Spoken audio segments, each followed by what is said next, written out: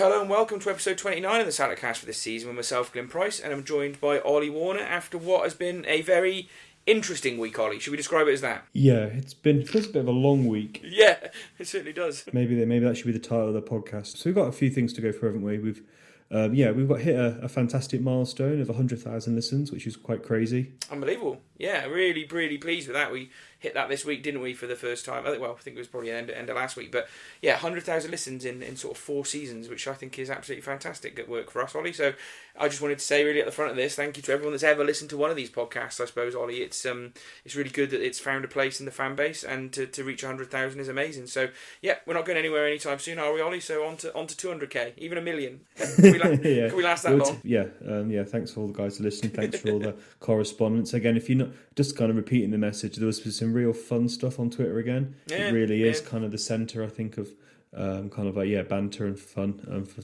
talking about Shrewsbury Town. And there's lots of good stuff. Phil Thomas is pumping out some really interesting data and stuff. So yeah, a lot of fun stuff going on. Yeah, it's been fun, but in a really what's the word? You've got to laugh, because if you didn't laugh, you'd cry. That is exactly the phrase I was going to say, Ollie. Exactly the phrase. But we will get on to matters on the pitch now. Obviously, there have been 2 games this week. A very disappointing trip to Anfield, and what ended up being, I suppose, in some respects, a disappointing draw against MK Dons. So, yeah, let's start at the start of this week, Ollie, and let's talk Liverpool. So, Steve McKenzie against Bobby Mims, and it's McKenzie! 2-1 to Shrewsbury. Party time! So, Liverpool 1, Shrewsbury Town 0, unfortunately an own goal. There's been a lot of own goals against Liverpool. We scored most of the goals in this game, these 2 games, which is kind of funny, but again... Yeah. No, it's not. So, 52,000 were at Anfield in a cramped stadium. Kickoff was delayed at 8 p.m. Because of the traffic. It was. You've put a couple of stats here, Glenn. I'll say what they are, but I'll obviously give you the credit. Obviously, we've never beaten Liverpool, and it's Shrewsbury's first trip to Anfield. Had you been to Anfield before? Yeah, I've talked about this on the podcast a few times, haven't I? When my dad used to take me to Anfield all the time when we were younger, as well as going to watch Shrewsbury. So been to loads of games at Anfield, but I'd never sat in the away end, obviously, because I'd never seen Shrewsbury at Anfield. But I'd sat in the Kop loads of times, and the leg room in the Kop, Ollie, is just as bad as it was in the Anfield Road end, to be honest with you. Yeah, I've been in the posh seats before. Of course you have. In the Carlsberg suite and stuff back in the day. I'd been a few times, but it's hard to get up for this one, Glenn. In terms of team selection, it was O'Leary in goals, kind of the team that we really expected, with O'Leary in goal, Love, Williams, Pierre, Ebanks and Golborn, Edwards, Laurent and Goss, with Worley and Lang up front. It was the team. And then for Liverpool's side, what was the Liverpool team, Glenn? Yeah, the Liverpool team was the kids, as was advertised by Jurgen Klopp in some respects. Obviously they played probably their 2 players that we've heard of the most, that Curtis Jones and Elliott as well, who played in the first game. They played as well. But it was, a bit, I think, reading it, there were 6 players that played in the game when they lost to Accrington in the Leasing.com trophy. So it was maybe, a little bit weaker than we might have been expecting, I suppose. But they were good. I'm not going to lie about it. But yeah, it wasn't, any of the first team players at all. It was exactly what Liverpool said. And... So that wasn't really a surprise. The only surprise for me, Ollie, in terms of looking at both teams, how they lined up, was maybe Wally starting instead of either Odo or Cummings. It was a bit weird. You would have thought if we were going to play 2 up, they would have been 2 strikers, but it wasn't to be. Yeah, we keep persisting with Wally as a striker, and I think it's fair to say the experiment has failed. Died. He just can't. We like Wally. He's a good winger, but he can't finish. Well, he got injured in this game, so we've seen the last of him for a while anyway in terms of striking roles. So it might be a while till he gets back, but. Yeah, obviously, Ollie, you didn't. We mentioned this podcast last week. You weren't sure because the date hadn't been sort of finalised by that point, was it? And you were pretty sure you weren't be able to go, and you obviously didn't make it, did you? No, I was Gutted. Stuck in a leadership work thing. I just couldn't get out of. Didn't finish till 5. But in some ways, it'd probably save me driving all the way up to Liverpool and back because I needed to be back in London. So I followed the game on Twitter. Yep. I did have Lewis Cox's notifications on, but man, that guy tweets a lot. He does. So I had to turn them off because it was just too much. And unfortunately, the people I was sitting with at my table were really cool guys, and they understood what I was doing. So had my phone on constantly, following it. And yes, it seemed quite depressing watching Twitter as I saw lots of sources of people frustrated. But I guess, Glyn, as we got to the game, you were probably in a bit of a better mood because you went with your kids, didn't you? Yeah, it's probably just worth talking about the pre-match, really, because for me, personally, Ollie, the pre-match was the best bit of the trip up there, in all honesty. The game was so disappointing and dull that it wasn't really the highlight. But yeah, the trip up was fine. I left, I think we left at 3:30 from Shrewsbury. We were probably, one of the first lots of town fans to get up there as soon as the kids had finished school. So we got to Liverpool quite quickly with minimal delays on the M53. And that was fine. Obviously, my brother was supposed to be coming with me. I mentioned that last week, Ollie, but he got man flu, so he couldn't come either. So just me and the kids, and they were really excited. We had some food beforehand, got some sweets, walked up to the game, went in the club shop, and had a mill around a big stadium. Came in, sat down then, and we were right by the people we sit with at the Meadow, which was really good. Like the guys we sit behind were sitting in front of us this time, so it was kind of a bit of a change. And that was really good, getting to see people coming in that It seemed to be that anyone that was a season ticket holder who'd bought tickets and they didn't want to be in the singing stand seemed to be in the same block we were, on the very left-hand side of the Anfield Road end. So it was great seeing people who've been on the podcast a lot, Ollie, but loads of sort of friends and family. Really good atmosphere. Martin Berry, who was one of the guys behind the Sweden Shrews flag thing and the Minute's Applause, he was sort of going around and taking photographs with sort of people and Sweden flags, which was really good. So that was ace. 8,000 town fans there. It was a really good positive vibe, Ollie. And my takeaway from that period building up to the game, even with the 50-minute delay, was there was some expectation in our fans. There was an expectation for us to have a go and have a real crack at these kids. And the chance of a win at Anfield was really there. There was that expectation. And yeah, it's an interesting one because the bookies favoured Liverpool. And when you saw the team and you think about their calibre, and you probably look back in 10 years' time, some of the players that maybe played in this team, you never know how it's going to go. Sometimes it goes all, Both ways. You might not hear these players again. But obviously, technically, they're immense. But at the same time, you'd think a team of professionals. And I was chatting to a big Liverpool fan before the game, and he was a little bit concerned in terms of how we were going to approach the game, that we're basically going to bully them. We're going to use all our street wise, and our experience to bully them and effectively, try and take the game into that perspective. I think it's fair to say that didn't happen. It didn't, did it, Ollie? We'll get to that very quickly in a minute. One thing I just wanted to mention just before it was that there was a 50-minute delay, Ollie, and I suppose most people listening to this podcast would have been there because we took 8,000 fans there. But again, just wanted to kind of talk about that anticipation. That extra 15 minutes kind of helped build it up even more within the Shrewsbury fans as well. So again, you weren't there, so it's more for your reflections really of it. But I as I say, that was that anticipation. What you've just said about Liverpool fans thinking we were going to do something, that's what we thought we were going to be doing as well. So that was fine. But just before we get into the game, Ollie, I think it's just worth asking you, because I don't know how much of this game you've actually watched back. So what I did was no. So yeah, my wife was having a bit of a lie-in on Saturday morning, and I thought, I'll get up and I was going to play Battlefield, but sometimes it wants to update for like 45 minutes or something. Oh yeah. So I thought, right, I'll watch the game, and I started watching it, and I tried to keep focused, and I really struggled, and I ended up doing some admin on my emails to try and get rid of junk email. And then I realised I should probably stop watching this because it was just... I didn't see Shrewsbury Town players. I did watch most of it, to say, so I was focused and I did see at least 95% of the action. And I think it's fair to say that I can't really remember Shrewsbury Town putting two passes together. And effectively, we just sat off and let them pass.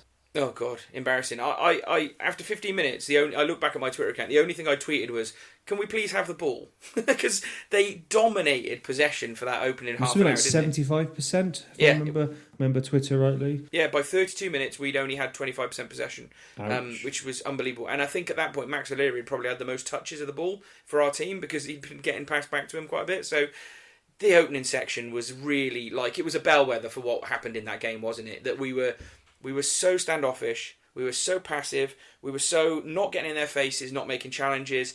The desire didn't really seem to be there, and also it seemed to be that we were just carrying out the usual Sam Ricketts ball, don't get involved in the game for 30 minutes, stay in it approach, which is fine if you're away at a good Liverpool team. For me, against the kids in a game like this, that was utterly naive, foolish, and absolutely bloody annoying, to be honest with you.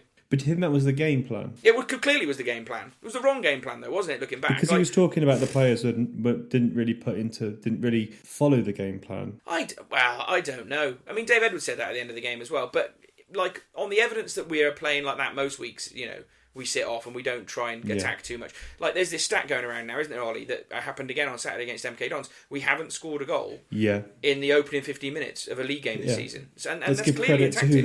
Let's give credit to who that was from. So it's Nick from BBC Shropshire did some research. Brilliant. And said that we hadn't scored. So the fact that we haven't scored and we've played so many games now. We're not talking about 10 games. You're not talking from a small statistical pool. You're talking about, over half a season now. Clearly, the Ricketts ball style is not to score in the first 15 minutes. Well, let alone score in the first 15 minutes of this game. Honestly, we could not get the ball in the first 15 minutes of this game. It was such an eye-opening. But we did have the ball, obviously, because we had the chance to, because obviously we were having goal kicks and stuff, weren't we? Oh, we had the occasional goal kick. Yeah, that's right. No, but I'm saying that we had the opportunity to actually get it back. We could have played it out. We could have played it longer, maybe won a few headers or something. Even then, there were exactly. true enough. But even then, there were very long periods of play of Liverpool just passing it around with us not really approaching them. And to be fair, during that first 15 minutes to half an hour period, they had all the ball. We were totally dominated, but Liverpool didn't create many chances during that period. We sat back, we defended what we needed to, we just coughed the ball back up to them, and then they went through their sort of. It was like an under-21 game. Teams trying to outpass each other, except one team couldn't do it, and the other team were doing it. To the end of the days, but. I don't know. We rarely attacked in the opening period, didn't create anything. And I thought Love and Goldborn, it was quite clear in that opening period that they were getting dominated by the tricky players that they were up against. They had a torrid night, both of them. Who had a good game? Maybe we'll get to that at the end. But yeah, yeah. The one thing that did change it all, Ollie, I'm going to interject now, just I'm thinking about it. It came into my head was. A very, in that period, we're talking about the bellwethers and the things that gave us a sign as to what was going to happen in that game. We did finally push up at one point. I think maybe Wally broke and we won a corner, and everyone got excited all of a sudden. It was like, bloody hell, we got a corner at Anfield, big lads, get them up, show some physicality. This is where we can impose our game. What did we do? Short corner, and then Gosh just lazily floated it in, and they defended it. And it was just that was the sort of thing that was you could already see fans around me getting a bit niggled. Yeah. So what was the atmosphere? What was kind of the feelings on the terraces, I should say? It started off really positive, like I said at the start of the game. But honestly, within half an hour, because we'd watched what we'd watched, it was niggly. The guys down the right-hand side, who were in the singing area, didn't stop chanting. So I imagine it was a very different atmosphere there. We were very much down the left-hand side, and it was quiet. There was nothing for us to really get behind and cheer, and it was quite a dour sort of atmosphere after 30 minutes. You'd get up and cheer when we had a sort of half chance, or it was quite a good noise when stuff happened, but stuff wasn't happening. Do you know what I mean? There was nothing really to get people excited about, so it wasn't a buzzing atmosphere, to be honest with you, Ollie. And to be fair, Liverpool have got some good players. As I said, that Jones and Elliott were really good in the first half. They did push us back. They kind of overrun the midfield at times. That Neco Williams, the right back. Obviously, we'll talk about him with the goal in a minute. He was a right whinging little shit. He was. Every little touch he got, he went down like clutching his face or his hand, or just moaning at the referee. wasn't a big fan of him. And as I said, we got to 32 minutes. We hadn't hardly touched the ball. Other notes I made from the game was seemed to be very little communication, Ollie. There was a lot of times where there was long balls coming and we weren't heading the first ball, which was causing us all sorts of trouble at times. And it just seemed to be like people weren't giving each other the shout to say, no, you need to get rid of it. Or kind of the passing went awry because people weren't giving each other a shout. It just zero intensity. I don't know. And then after half an hour, obviously, we possibly had a little bit more ball. But Liverpool then started creating chances. Particularly, they had this one free kick that we gave away that was straight at Max, but there was a couple of other half chances. Then I suppose the highlight of the first half, really, Ollie, was the applause for Kenneth, the Swedish crew, which was really good. Sort of 8,000 people stood up and really applauded. Loads of Sweden flags, Sweden scarves.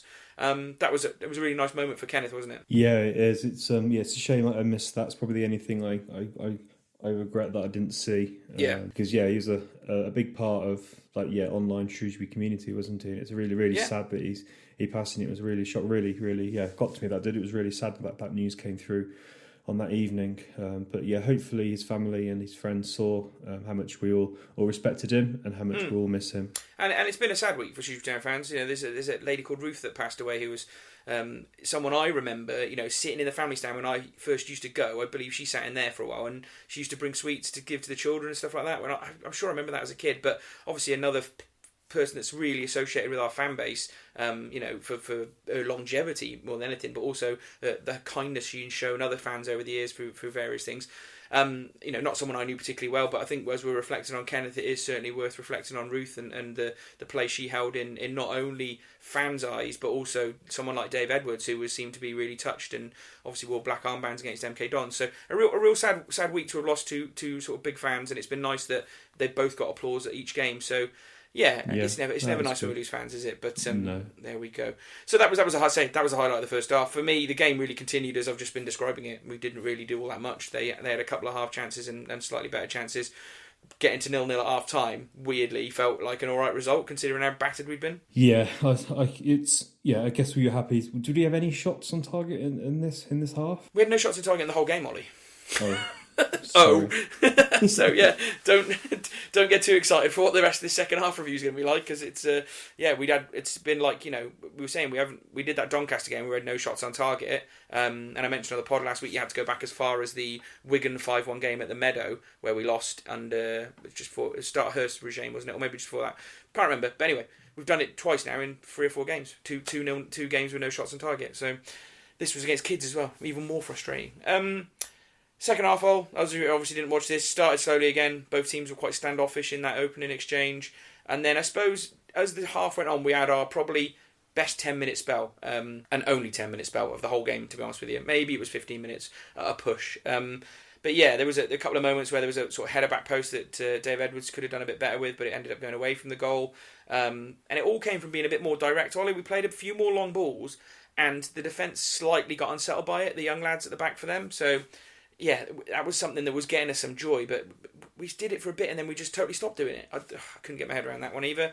But it was definitely a bit more getting in their face, Ollie. The thing that you kind of would said at the start of the podcast that we wanted to see, there was a couple of more big tackles that kind of changed the thing, but it was a slightly harder press. But I think after 10 minutes of that, Liverpool adjusted again and just went back to sort of dominating the game. So there we go. There was one good save that Max O'Leary made just in that period, though. You know, even though we had a bit more ball, they created probably their best chance from that Neco Williams again. Max did really well to save that, and they still looked more creative and dangerous, Ollie. Which again, even when we were having our better period, that was a frustration for me, is that they still looked the most dangerous, mate. Yeah, I guess that's just a snapshot of our season, isn't it? A little bit creating some chances, but yeah, not being good enough to actually finish it off and score a goal, and still conceding chances down the other end. And Ado had come on just around this time as well, I think, and he really did help in our best spell. He came on and was very energetic, did really well, direct running, he challenged for all his headers, but he came off for Lang, who seemed particularly peed off to get subbed. And I met Callum Lang's dad in the week on the Saturday just gone. Long story, I won't go into details of it, but he tells me that Callum Lang is not a striker, he's a number 10. So I don't know why we've been playing him up front since he joined this club, but his dad is totally convinced that he's a number 10, so there we go. Ado did have a shot wide, that was probably our only decent shot of the game, in all honesty. We had none on target, like I mentioned, and then from that point onwards, I think Liverpool kind of got on top. Now, one thing I have missed here, Ollie, that we'll come to talk about is it wasn't during the good period, I don't think, when this happened, but obviously we had a goal disallowed for VAR, so bit of nice interplay. You know, Ado looked offside in the build-up, but it didn't get given, and then someone heads it and Wally scores a rebound. Everybody goes mental, Ollie. Like, I wasn't thinking about VAR at all. As soon as that went in, I was like, we've scored. We've scored at Anfield. This is amazing. The whole place went nuts. And it took a minute then to realise that, no, we're not kicking off here. Something's happened, and there's a VAR check going on. And I have to say, the feeling of a disallowed goal for VAR, Ollie, is an absolute kick in the balls. Like, any excitement I had about the game just drained away from me after it got disallowed. It was unbearably horrible. One of the most horrible experiences I've had following Shrewsbury, I think. Yeah, I can see people talking about it, and sickening. On purpose, I haven't watched it, so I don't get emotive about it. I can't blame you. I can't watch it back. I've seen a couple of stills, and obviously when we were talking about it in the stadium, when it got chalked off, all the people around me were talking. It was like, must have been Ado was offside, because he made a really good run, and then there was a cross in. But as it looks like, they went back even further than that to Goldborn having like a foot offside whilst he's kind of running back out of the play. So they went back a long way to specifically find it. Now, technically, yeah, he was offside, but it seemed like a bit of a harsh one for me looking at the pictures and stuff, and it felt harsh. It felt like just such a blow to the solar plexus, and there'll be 8,000 Town fans there who all know what this experience is like, and I don't ever want to experience a VAR thing like that again. It was so horrible. You weren't there and you didn't experience it, so it'll be one of those things that people talk about for a while and you'll be like, I'm quite glad I missed that, because it's probably like when I missed the Rotherham winner in the playoff final, Ollie, and we weren't there, were we? And I just think that moment would have been such a sickener. I think it was in that category for me. So yeah, fuck VAR, as everybody says. And then after that, I say Liverpool kind of got back on top, and eventually they got their goal. And you've seen the goal, Ollie, haven't you? Yeah, I've seen the goal. Paul Williams. God.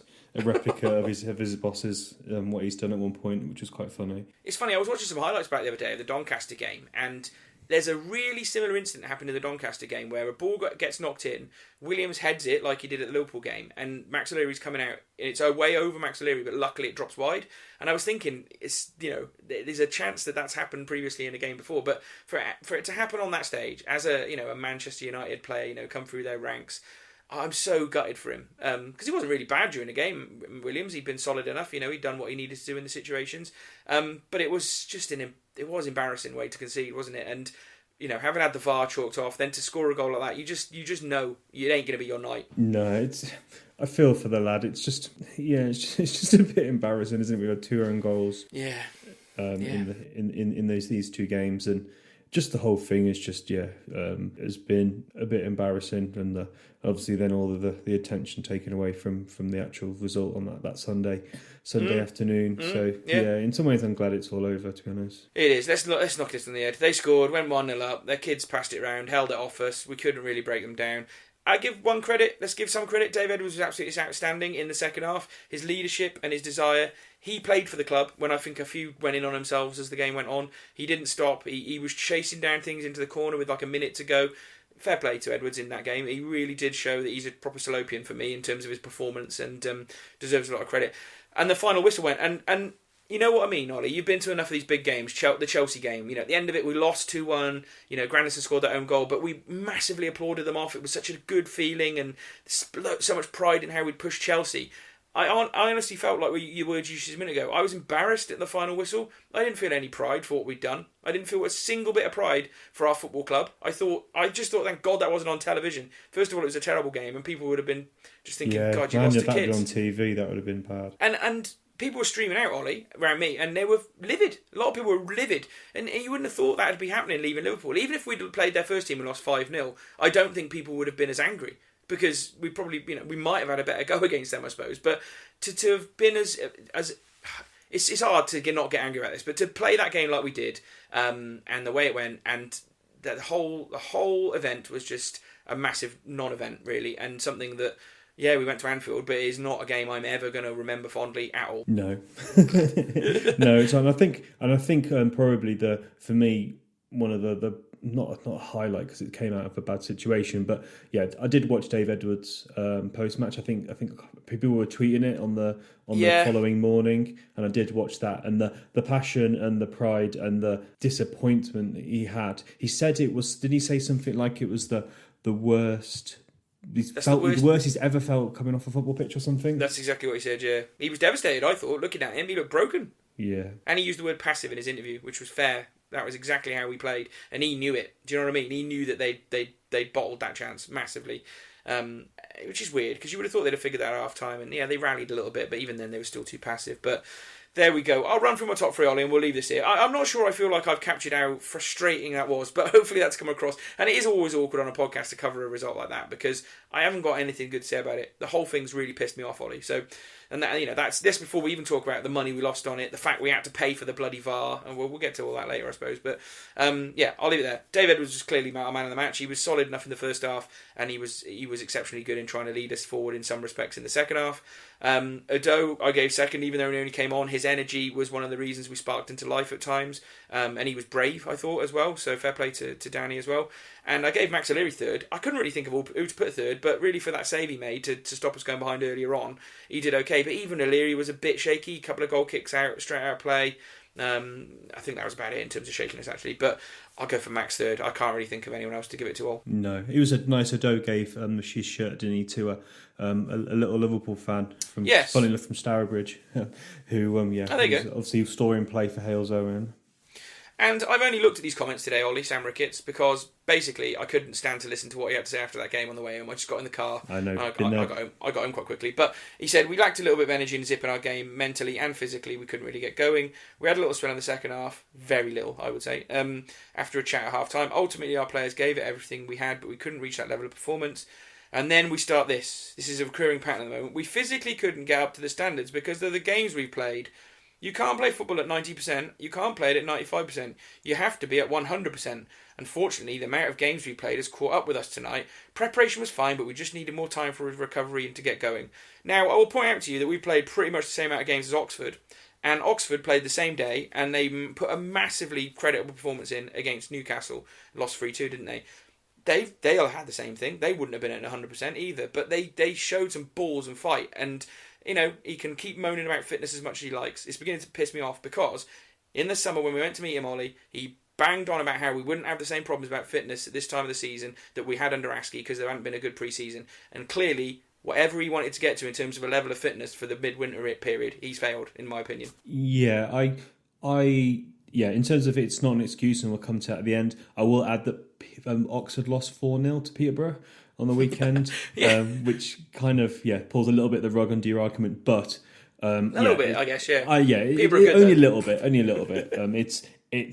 It's something that's a factor, but for me, it's not an excuse. But yeah, it does a little bit pull the rug under that argument, I suppose. But also, it does reflect the fact that they got up for the big game that they had. Do you know what I mean? Yeah. We did it in the first leg. Obviously, we just couldn't do it in the away leg, I suppose. But yeah, but I'm only mentioning it about our manager because he specifically was talking about that in the press and was talking about that in those meetings we had. And it doesn't really help that we keep buying players that are not 100% fit when they sign for the football club. I don't understand how that gets you to that full, massively fit squad when you keep signing players that can't play for 6 months. But there we go.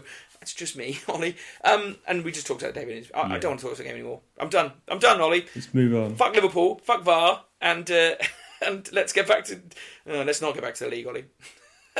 There it's to Lawrence. He's been left for Bobby Grant onto his left foot and he drives his second and doubles Shrewsbury Town lead. So, Saturday, Shrewsbury Town 1, Milton Keynes Dons 1. It's about time they dropped that Dons bit. It is. Omar Beckles scored in the 62 minutes and Healy scored in the 77th minute.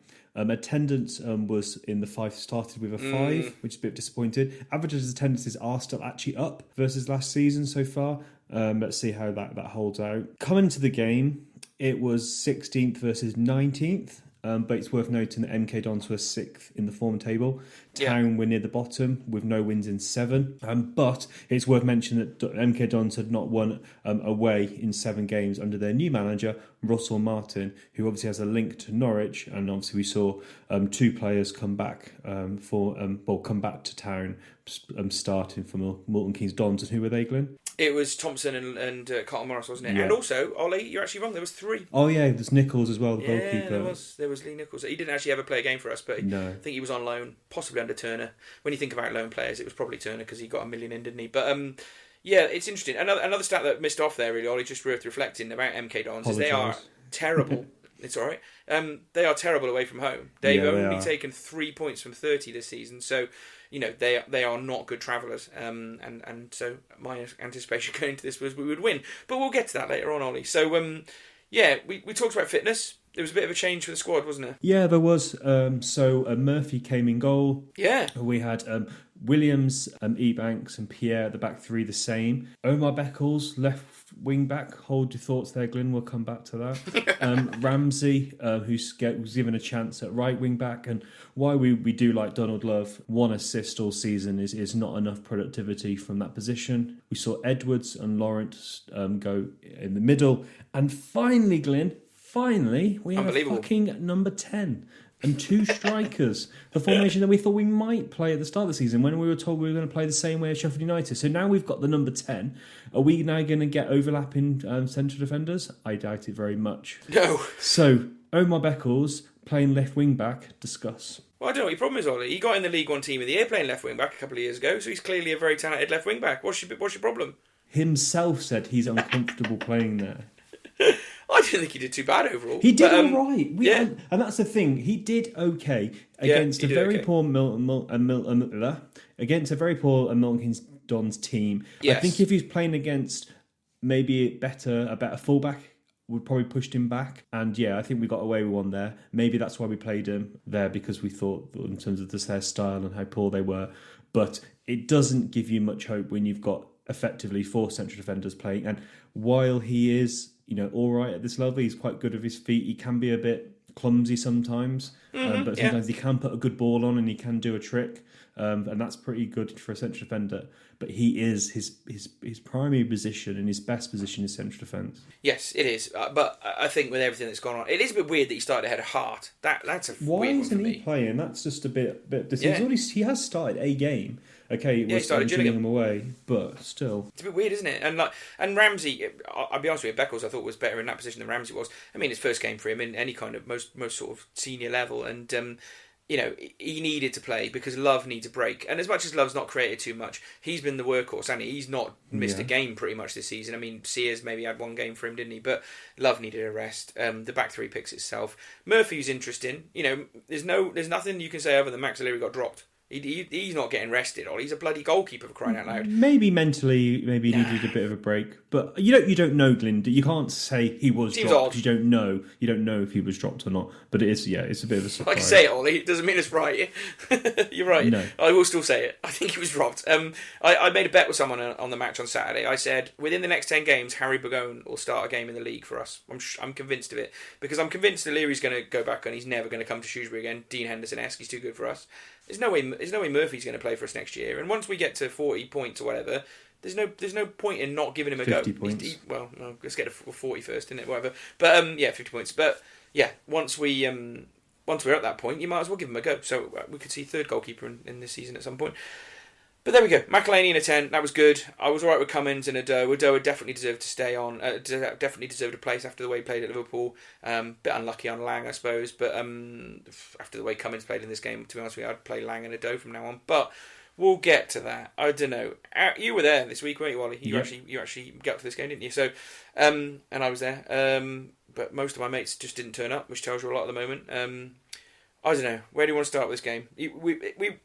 We were happy, weren't we, the way it's set up, and as soon as they started playing, it was quite positive, I suppose. Yeah, we started okay, I thought. I was really pleased to see that starting lineup. We've had quite a few attacks in the first half. I would say that MK Don's style and persistence of passing the ball out the back, which I understand if you're a championship or a top championship or a top Premier League side, or even if you're a top League One side, but a team that's basically trying to get... Well, I guess it's working for them perhaps, but yeah, it was very odd. And they gave us chances, didn't they, from playing the ball out the back? They were hilariously bad at playing out from the back, Ollie. It was absolutely entertaining to watch them play out from the back. They were terrible. Lewington particularly, and we'll come to the second half where he shit the bed for about 10 minutes, Lewington. But I guess that they're trying to, under their new manager, play this new style, play out from the back and try and be a good footballing team. But you can see they're definitely in the transition from what they must have been before to what they are now. As usual, Town didn't capitalise on any of the moments they gave us, though. That was my big frustration. Same old story. A couple of what were the good attacking bits. There was a really good run from Cummings where he basically just won a foot race, running down the right flank, put a long cross into Beckles in the box, got it to McElhaney, but in the basically crossed, kind of headed onto Ado's head and kind of went out. And then there was an opportunity not too long after that where Ado did really good hold-up play, chested the ball, passed to McElhaney, who fired from distance. It was one of those really frustrating kind of games to watch where the referee was pulling everything, but at the same time, we were being quite handsy, weren't we? There was quite a few times we were using our hands to kind of foul players, and fans can get frustrated, but if you're going to keep pulling people down, and using your hands, it's going to be a foul. So you can't complain about that too much. No, I think there's more to moan at the referee about as we go through this first half. But I think that's fair. We did have some good attacks. They did also have MK Dons weren't out the game. This wasn't us dominating a match. We again had less possession by half time in this game, so MK Dons had a bit more control of the ball. But neither team really created golden opportunities. I didn't think when you got to half an hour. It was. As much as I've seen everyone say this was an entertaining game, the second half was definitely better, but the first half was not a great... And conditions probably played a part in that. It was windy, but it wasn't a great watch first half. No, first half wasn't great. Obviously, we wanted to get to the magic 30 minutes without exactly. scoring or conceding. There was an opportunity where Nichols gave the ball straight to McElhaney, who fired wide. Maybe could have done a bit better than that. And then I guess there was two moments left in the half. One was where they counter-attacked on us. Murphy came flying out, and I thought it was a penalty. So first question, Glenn, did you think it was a penalty, yes or no? Yeah, I thought it was a Stonewall penalty. Because you couldn't tell from whether he'd even got a touch or not on it. Well, but the reason I thought it was a penalty, Ollie, was because the referee pointed at the bloody penalty spot. He did, but sitting next to me, Phil, said to me, you got your hand on it. And eagle-eyed Phil. He then then we obviously then noticed that the linesman got involved, and the linesman told him that it was a corner. So he changed his mind, and went for corner. Well, yes, it was not the best thing in terms of the referee made the mistake, but at least he listened to his assistant, and the right decision was made in the end. Who needs VAR, Ollie? There you go. You see, good example of the officials and it was just quite getting quick it right as well. To be fair, yeah, no, it was just confusing, wasn't it? Because he definitely pointed at the spot, and everyone was like, "Oh God, we're going to go 1-0 down to MK Dons," and he could always kind of start to panic. But they got it right. It was confusing, and we didn't have to worry about a penalty, so that was good. And then so it was a corner. Nothing came from that. But then Thompson, who obviously we had on loan, and we know that he's pacey, basically just kind of ran through our team, got into the box, and shot and hit the post. And God, if it had been a few millimetres to the right, it would have actually gone into the back of the net off the post. And we got away with that one. We certainly did. It was right at the end of the half as well. I wasn't overly impressed with Thompson. He didn't stand out as a player that we thought, Christ, why would we let him go? He was solid enough. Yeah, he's not a player that you think would go back to a Premier League team and start pushing their first team, is he? He's not Ben Godfrey, that's for sure, no. Talking about the first half, I mean, that's it. That's basically the first half. We said it wasn't very interesting, so we might as well leave it there. Just want to talk to you about McElhaney, because my observations of McElhaney, having watched that half, are he is not John Nolan. He's more of a Bobby Grant. So John Nolan could pick the ball up and run with it, but he didn't do it too often. He'd come in the phase, he'd work forward with the phase with everybody else, and then he'd be the one that was really tricky, quick feet, find space, played little nice passes. McElhaney looks like he likes to run with the ball and keep going and going. He's a proper number 10. John Nolan isn't a number 10. He's an attacking midfielder. Where probably fair, this guy is a genuine number 10. You can see why I compared him to Bobby Grant, though, can't you? Because that's what he used to be like. Exactly, yeah. Because we played 5-2-1-2, didn't we? In that Mickey Mellon League Two season, playing as a classic number 10. But in some ways, he's probably even more attacking than Bobby Grant, because sometimes he was playing straight up in a front three. But I don't know, while we're just talking about him, I really like him. He seems really good dribbler. He seems to he does some really interesting runs and kind of goes around the corners, and he's a really good player. And January transfer window hasn't made people too excited, especially when you buy or sign players who aren't fit enough to play. At least he is fit, and he's definitely obviously the highlight of the January transfer window. He's the standout, yeah, for sure. I agree. I mean, we've only seen him in a couple of appearances so far, but he's stood out as a very technically gifted player as well. As something from watching him at the Rochdale game quite close up as well. He's got such really good technique in terms of his first touch, and then he just goes. He can just drop his shoulder and go, and he's the sort of player we haven't had for quite a while, Ollie. Yeah, what, an exciting attacker? No, like you said, a genuine number 10. Yeah, we haven't had a number 10 for a while. We haven't played a formation for a while that kind of suits a number 10. But yeah, he's a good signing. And interesting, actually, in terms of tactics and formation, after 5 minutes of the second half, we took off a defender and brought on Goss. Cue absolute confusion with Town fans. Town fans were just confused, and everyone was going, what was going on and what formation we're playing. At first, it looked like a bit like a 4-3-3. And then it kind of was an amalgamation, isn't it, between a 4-3-3 and a 4-4-2 diamond, with McElhaney playing kind of as a number 10, but sometimes pushing him quite high up, and with the other two strikers not playing really close to each other, playing kind of fairly kind of wideish a little bit. With Goss on the right of Edwards and Lawrence to the left of him. Yeah, it was interesting. I heard people using the word asymmetrical at one point. I thought, this is too much for me. I can't deal with this. But it was interesting that we went with the 4 at the back. Again, people are asking to play 2 up front with a 10. People have been asking to play 4 at the back, and maybe the message is getting through to Ricketts, because he did both in this game. I thought it was hilarious, though, Ollie, that we played 4 at the back, and Sam Ricketts managed to get all 4 of his centre backs into that formation. So obviously we had Williams playing right back, Beckles left back, and then the other 2 in centre back. I thought that's pretty classic of Shrewsbury Town this season. If we're going to play 4 at the back, we've got to play all the centre backs. Bit Stoke-esque, wasn't it? Yeah, it was a little bit, wasn't it? Bit Pulis. Interestingly, I didn't think the change helped Cummins. I honestly think he drifted out of the game really badly second half. Yeah. It was a really interesting one. I have a suspicion, and I don't know anything about this, that he got frustrated. There was a couple of times where I saw him kind of looking frustrated, and I think when he gets frustrated, he ain't half the player that he can be, and that's something Ricketts has got to kind of have, try to stop happening.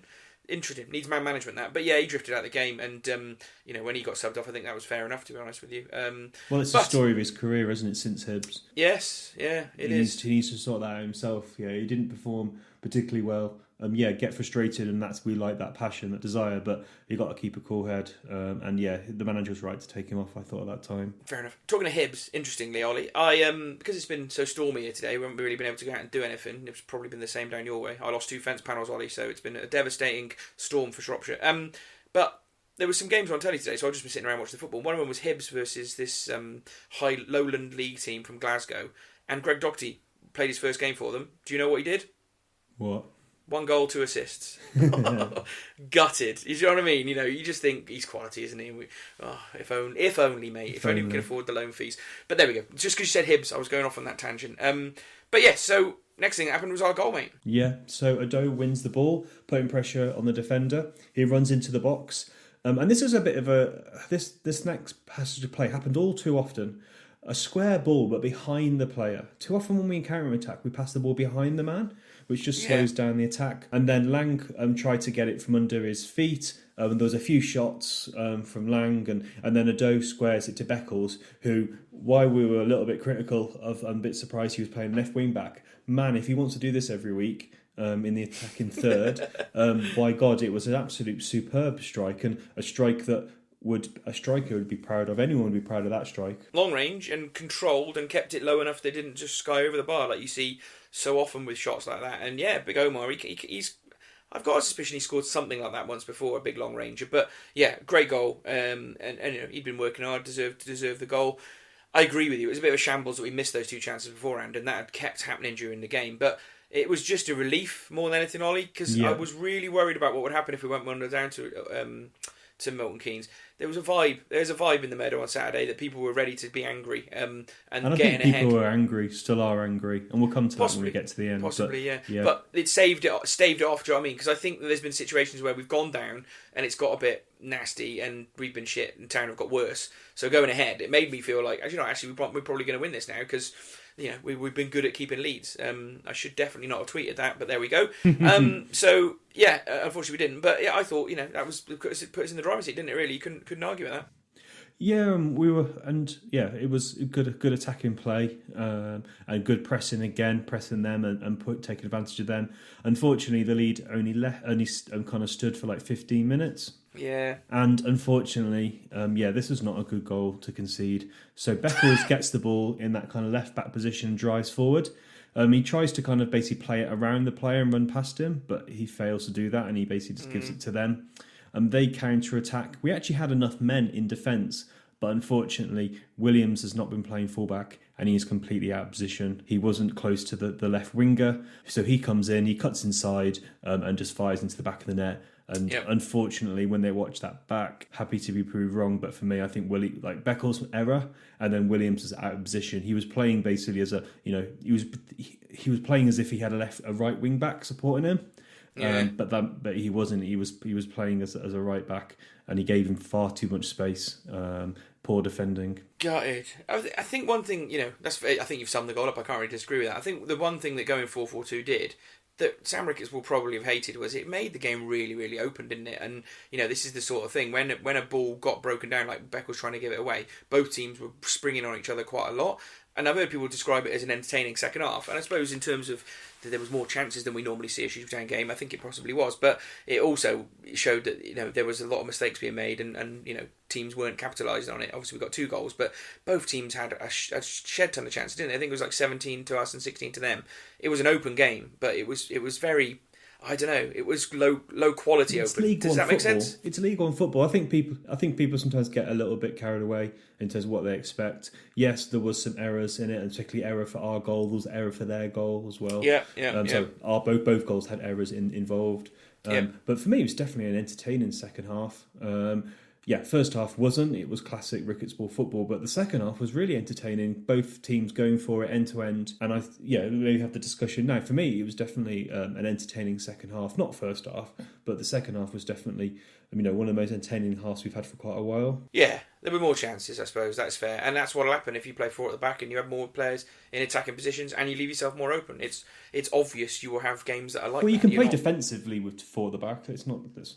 Well, I suppose that is true. And one thing for me that I'm going to say about this game, as much as it was entertaining, there were chances. I think after we scored our goal, we did have a period where we sat back and just invited the pressure back on us straight away. Mentality, which was disappointing. Mentality. We're a team that is not doing very well. You know, this is now 8 games without a win, plus the FA Cup game. We're in a really bad run of form. So is it therefore surprising that the players maybe got a bit nervous or went in on themselves? Didn't attack with the same kind of rigour. And it was frustrating, but we still had chances though, didn't we? So there was that Really good Laurent break, but again, a poor pass to Ado. He cut it behind him, where maybe should have passed to Lang. And that was a 3-on-2, wasn't it? Yeah, he then basically cuts inside, and then the keeper makes a good save, but yeah, Laurent should have passed to Lang. And then there was another opportunity where the keeper kicked it at Ado. Ado runs towards goal, does a turn, he gets fouled, and has a poor shot. And again, this is where for me it just gets really frustrating, because basically this kind of situation encourages players to dive. True enough. But for me, that period from the second goal was a game of we created or had created. I suppose if a keeper kicks it in your arse, you haven't really created that. But we had a couple of very good chances, like you talk about there.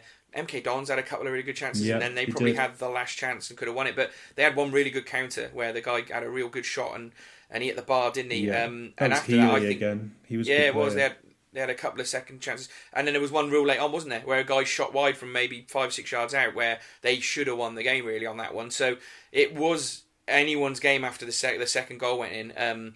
And for me, my personal view, Ollie, at the end of that game was that a draw was a fair result. I think that it was two poorish teams playing a reasonable standard League One game. It could have gone either way, but a draw was probably fair. Yeah, I'm not going to disagree with that. I think a draw was a fair result overall. They had 49. We had 41% possession, they had 59.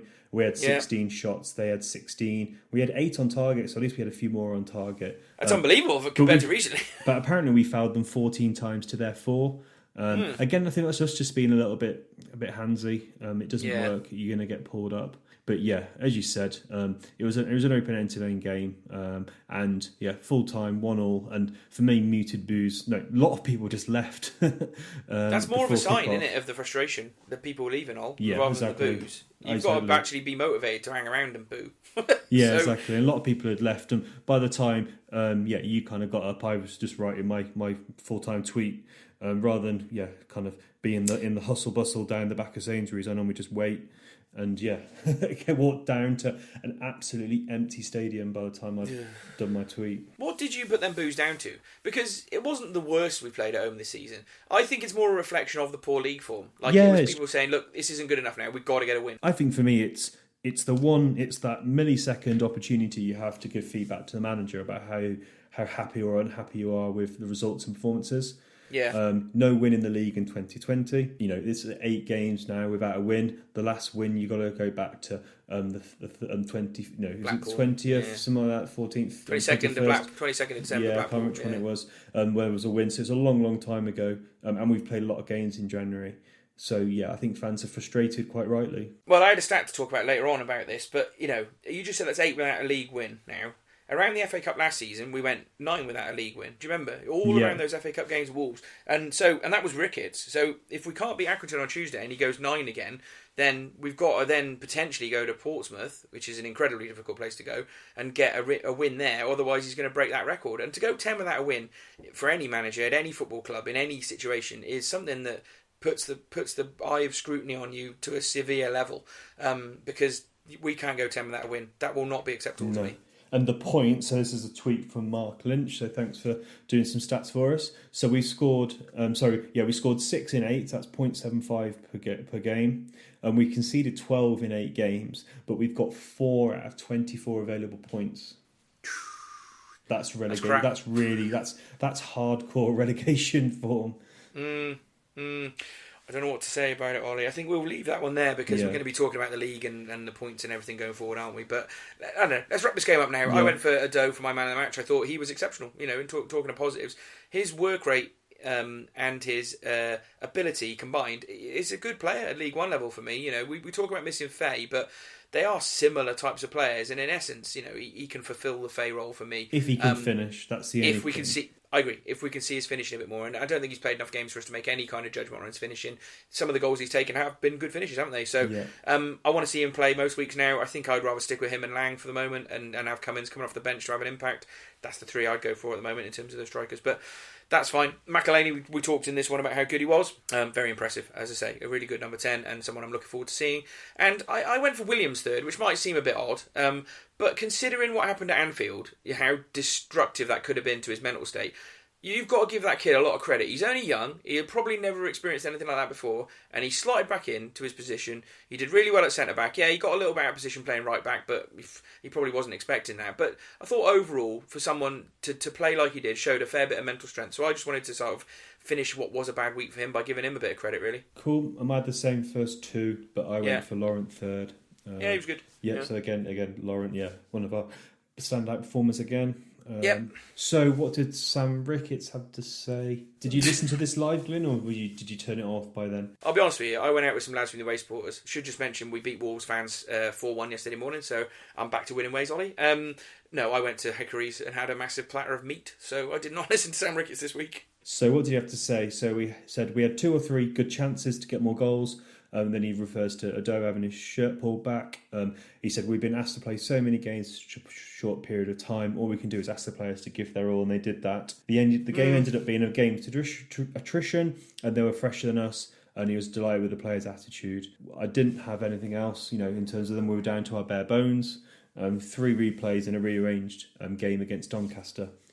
He says performances are there. I think he's kidding himself, to be honest with that. It was a decent performance away at Rochdale, to be fair, and a second and one half against Milton Keynes Dons. But to kind of forget about the Gillingham game, to forget about the Liverpool games, to forget about Lincoln and extra games is a little bit poor.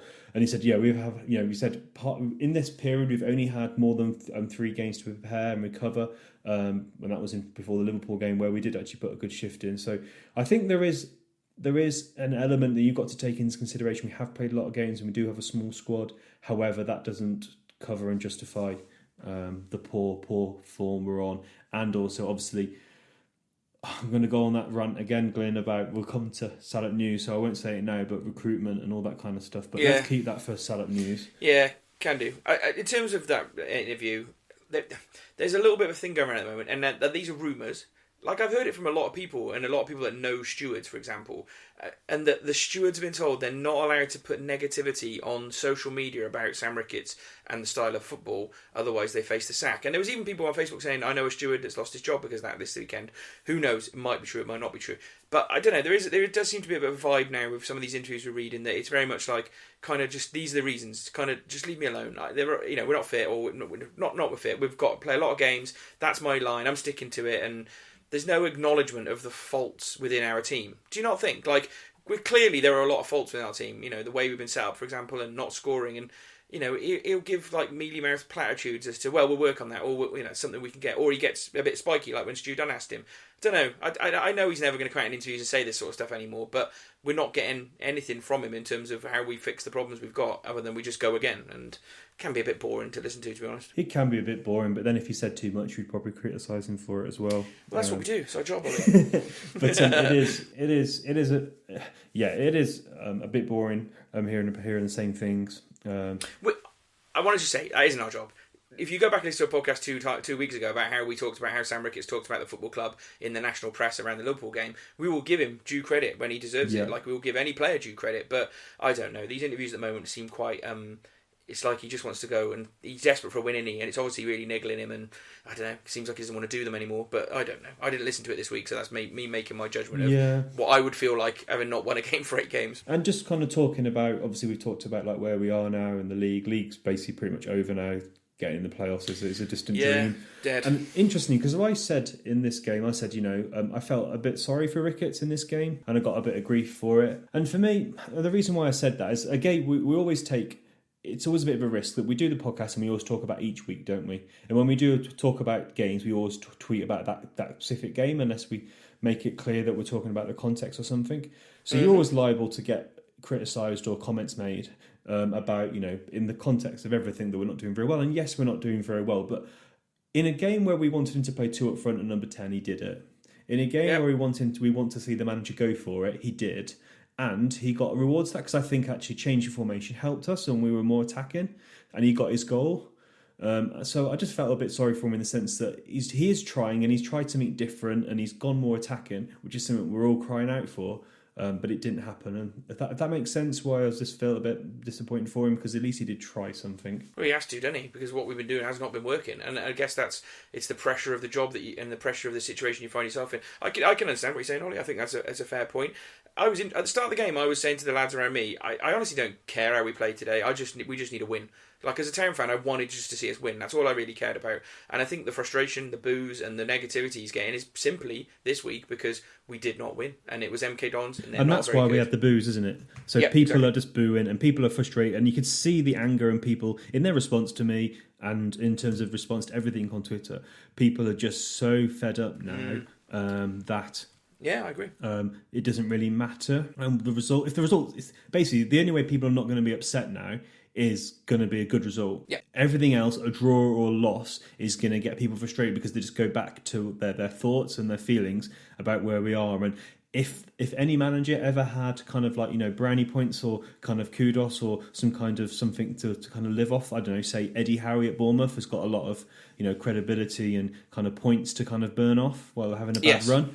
Yes. Sam Ricketts hasn't had any because we haven't seen that big lift. We've had some good moments, a couple of good moments in the FA Cup, a couple of games that we've ground out. But yeah, there's no kind of love within the fans and the manager to kind of getting through these dark days. I think that's true. I think that it's to a certain extent this season and last season. If you go running, what was it, 9 last year without a win and 8 this year so far without a win. If you've not been winning cup games in that run, both of those times he's under serious pressure and things are way worse for him. So he has been saved from really negative criticism at games by the cup results. But, again, that's gone now. And there was that one game last year after we got knocked out of the cup, do you remember, where it got quite toxic? Yeah, and we had a meeting. Yeah, exactly. So, to me, Accrington's that game. And he really needs to win. I don't give two shits about how it comes. That's the game we need to win. So we'll see. Tuesday night's going to be huge. It's massive, yeah. Yeah, so let's go into Salad News and have a look at that. Talk about the Brian interview. And then, let's close the pod out. Given straight back to Shrewsbury Town as they build from the back again with Grant into the edge with Collins. Bobby Grant still going on to his left foot and shoots Shrewsbury Town straight into the league. So, there was an interesting comment about down to bare bones. And I wasn't being antagonistic or trying to stir the pot or anything like that. I was just generally trying to rack my brains at who's actually injured. And I could only think of 3 players. So we have like Vincelow, who's obviously out on long-term injury and is on his way back. Yeah. Worley's injured and Norburn's injured. So in terms of players that have actually played a lot of games, we've only got 2 players currently who are injured. Yes, we lost Faye, but he wasn't playing anyway. And then we lost some loanees that were never playing anyway. So the down to bare bones comment for me was a bit of an odd one. And if you're going to complain about and he said he had 2 fullbacks or whatever, or 4 fullbacks on the bench. Well, don't sign load of fullbacks then. It's very true. There's a big difference between someone being properly injured that you can't play them and them just getting rested. To me, if you're resting someone, you can't really use that as one of the players that's not available. Because Love could have played on Saturday and he probably would have been okay. Do you know what I mean? It wasn't like he was injured. He just was getting his rotation out. Same with Max O'Leary. He's not injured, is he? He just was having a day off to recover from whatever. But yeah, I don't know. It seems like a bit of a feeble excuse, that to me, because I'm sure that there are loads of one league teams with way more long-term injuries than we've got. So I don't know. It's interesting to check out on it when you just look at that, to only have 2 real serious injuries. I suppose the thing that Ricketts would point to is that Norburn and Wally have been 2 of the players that have played the most games this season. Yeah. Well, Norburn is a big mess. He is, yeah. You maybe, Glenn, if you're not too busy, you should look at how many games we win with him and without him. And because he's definitely a key player. I wouldn't suggest you do the same for Wally. No. And people then, are getting a bit sick of Wally at the moment, aren't they? It's quite a negative vibe. I know, it's really hard because he's one of our best servants in the last 10 years, and he's such a good player. But in terms of him playing and producing the results, he's not doing it. It's fucking mad though, isn't it, Ollie? That he's a winger and he hasn't played as a winger for 2 years now. Like, he was one of our best wingers in the last, 30 years. And since Ricketts and Askey came in, he hasn't played as a winger. I do agree that people are getting a bit miffed with him being an auxiliary striker or a bloody right wing back last season or number 10. All roles that he'll have a go at because he obviously loves the club and has been a big part of our football club. But there's probably more than anyone, more than all the fans, he'll probably want to play as a winger at some point down the line in his career again, and he ain't going to play as a winger under Sam Ricketts. So I can see why people are getting miffed with him, but he's trying to do a job for for us out of position every bloody week. Yeah. And then we signed Vela, who apparently is close, not got fit. a slight injury. Yeah, so we don't know if it is actually he just isn't fit enough or whether he's got a tweak coming back to trying to get to full fitness. But for me, again, without going off on a massive tangent again, poor recruitment, contacts, lack of a good in-depth kind of recruitment. We just signed a load of fullbacks and a third choice goalkeeper again has come to haunt us. So yeah, you can't complain about your own doings too much. It just seems a bit daft to complain about your own recruitment because this is his entire own squad now. Yeah, Greg Dogsy looked really fit today when I watched that game, so maybe we should have paid the loan fee for him. But yeah, I agree, it's not great, and who knows how long Bell will be out for. They say a slight issue, but it could be weeks yet, couldn't it? But it'd be good to see him at some point down the line. Yeah, interesting comparison on it. The only other thing we had in Samp News this week was Brian did another interview, and it felt like, listening to it, it came across as a sort of, look, I know everyone's miffed about the Liverpool result, and he even mentioned that he knows the players didn't play up to their level and was quite honest about it. And again, credit to Brian for doing these. They're really good, the interviews they do, if you get a chance to listen to them. But it was some other interesting things there where he kind of confirmed that we'd lost the 400 grand from the not getting the TV game and also the lower ticket prices. So it doesn't seem, to me, it came across like they haven't given us any extra money for lower ticket prices. It is what it is. So frustrating, I suppose, for the football clubs who have not really had the payday they would have wanted, but at least we got something, I suppose. Also confirmed on it, and this came out afterwards as well, is that we had to pay to use the VAR. So even though Liverpool install it, it's already there. Any club that comes to play them this season have to pay half the cost of VAR, which are roughly £6,000. So we paid £6,000 to get screwed by VAR, Ollie. Does that make you feel better or worse about the situation? For me, it's another nail in the coffin of the FA Cup journey for this year.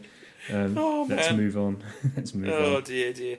And yeah, as I say, Ian, I think fair play to Brian. He understands the frustrations and probably understands the frustrations that fans are having with the league form as well. And I think for him, he's going to take one giant look at the showpiece game of Liverpool at home, the fantastic morale that had, how that could have been something to build the club behind, and how somehow going to play them at Anfield has kind of eroded all of that a little bit. And if you look at the attendance on Saturday, you said, it's staying up, it's all right. It's sub 6,000. They didn't bring many, to be fair. But when you looked around, there was a lot of empty seats on Saturday, wasn't there? And it did feel like a lot of people had just kind of not come. And around us in Block 17, it was quite sparse, wasn't it? Yeah, it was a poor attendance. It was 700 down on the average. Yeah. And yeah, as you said, people are quick to leave as well. Not good. Yeah, not good. To be interested, obviously, Tuesday night, Accrington Stanley will probably bring about 20 fans, and then it'll be interesting to see what the attendance actually is. And then obviously, on Saturday we go away to Pompey, who are doing really, really well. So it's going to be another challenging week. And just actually, yes, we don't know. We'll do prediction. Normally, do just one game, Glenn. But how many points do you think we're going to get from this week? 1. Yeah, I think we might draw against Stanley. I do, yeah. And I know in no way we'll go. We've had a couple of good results at Portsmouth actually over the last few years. Again, talking to Bobby Grant, he scored 2 goals there. Mind you, that was quite a while back now, I suppose. But but we had occasionally. I think we'll never win there, but I think we've won there. Yeah, we have. We've won there a couple of times. Years, and then her season, I remember going down with Becky and we stayed in a hotel. But in terms of like where they sit in 5th in the form table, they've won quite a few of their last few games. They've won 4 of the last 6. Shrewsbury Town on the other end, and we're now 20th in the form table. Oh, God. We've drawn 3 and lost 3 of the last 6. If I was to predict both games this week, I'd probably go 1-1 draw with Accrington, and I'd go for us to lose 2-1 at Portsmouth. So I'll go 2-1 as my Portsmouth prediction. Yeah, I think that's how this week might pan out, unfortunately. Okay, I can't see us scoring against Pompey. Oh God! Yeah, I think not even with our new 2 up front and a number 10. No. Oh God! I can't see us getting anything from that game. It's going to be another dark week. I suppose the positive thing is our predictions have been so god awful this season that maybe we'll be wrong and we'll win. So that's we should just predict draws. Really, I guess if we want something. That's what I did last time. I got it right for MK. I predicted 1-1, so I'm back ahead in the table. But there we go. Hopefully it'll be better. And I'm not going to Portsmouth. I'm actually sick of going away and watching Shrewsbury Town away from home. I've spent a lot of money over Christmas going to Rochdale and what was it, Bolton and all the other clubs we've been to. I need a week off going to watch Shrewsbury Town, to be honest. I've had a big run of it recently, especially with the Liverpool games. So I'm going to watch Accrington. I'll be there, and I'll probably try and watch Portsmouth via some dodgy stream somewhere. But yeah, we'll be back to cover it next week, Ollie, and I think we'll try and get a guest on. Yep, cool. So, yeah, thanks for listening, guys. It is a slog at the moment. It is hard work watching the Town at the moment. So, yeah, I don't know what else to say, Glenn, apart from thanks for listening, guys. And we'll be back again next week. Good stuff. Catch you all next week.